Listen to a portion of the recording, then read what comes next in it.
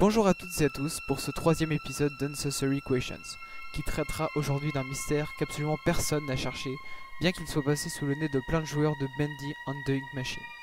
Sans plus attendre, je vous propose de découvrir sur ce que nous allons parler cette fois-ci.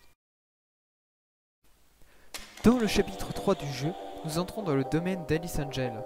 Nous nous sommes fait piéger et pour sortir, nous devons lui rendre divers services que j'ai expliqué dans la dernière vidéo sur les armes du jeu. Allez la voir, elle est sympa. Ce chapitre est l'un, si ce n'est le plus ouvert, avec plusieurs étages que nous devons visiter et explorer afin de trouver divers objets.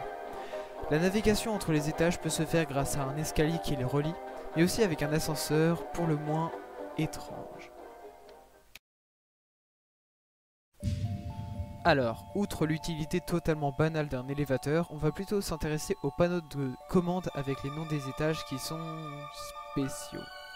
K11P914 et S. Ouais, ça paraît clairement avoir été choisi de façon bien random, mais personnellement je pense pas. Déjà, il y a autant de nombres que de lettres, et je me suis dit tout de suite que ça ne devait pas venir de nulle part. Alors j'ai commencé à faire des combinaisons, comme mettre tous les chiffres en lettres et toutes les lettres en chiffres.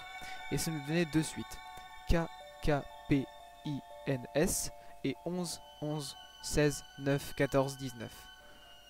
C'est intéressant, mais c'est toujours aussi flou. Alors à ce moment-là, j'ai demandé un peu d'aide à ChatGPT.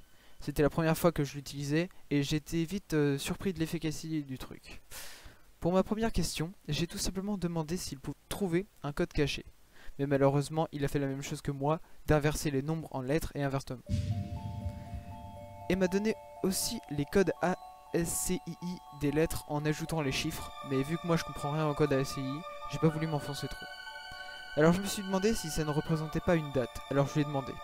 Il m'a alors dit les dates possibles basées sur les éléments donnés sont soit le 11 novembre 2001, le 11 novembre 2009, soit le 11 novembre 2014. J'ai alors cherché dans mes connaissances et sur internet pour voir si quoi que ce soit serait en lien avec ces dates.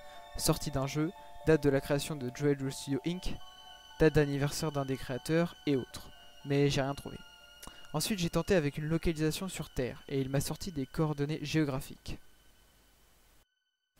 Alors je me suis directement rendu sur Google Maps et... Ouais, on arrive dans un champ totalement random du Nigeria. Pas très concluant non plus. Quelques instants après, j'ai ici en code postal. Et mon dieu, qu'est-ce que j'ai bien fait d'avoir pensé à ça. Tout de suite après avoir demandé à l'IA de chercher, 3 pays marchaient avec les chiffres donnés. Le Royaume-Uni, les États-Unis et le plus intéressant, le Canada. K1P9S1. Et pourquoi le Canada est-il intéressant? Eh bien tout simplement car les créateurs de la licence, Bendy, Mike Mood et The Meatly, sont canadiens. Instantanément intéressé, j'ai cherché sur divers sites de codes postaux du monde pour trouver à quelle ville ce code pourrait correspondre. Et il s'avérait que K1P n'est rien d'autre que le code principal de la capitale du Canada, Ottawa, où se situe le siège de Droid Studio Inc. Et le reste, 9S1, précisant la rue ou l'avenue, qui reste inconnue, mais reste moins importante.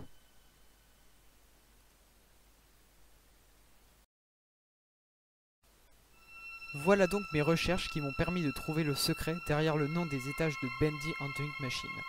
Alors, à moins que j'ai fait tout ça pour rien et que ce soit une incroyable coïncidence, c'est quand même super drôle de voir qu'il reste parmi les jeux vidéo des secrets encore inconnus qui n'attendent que d'être découverts par des gens bien random comme moi par exemple.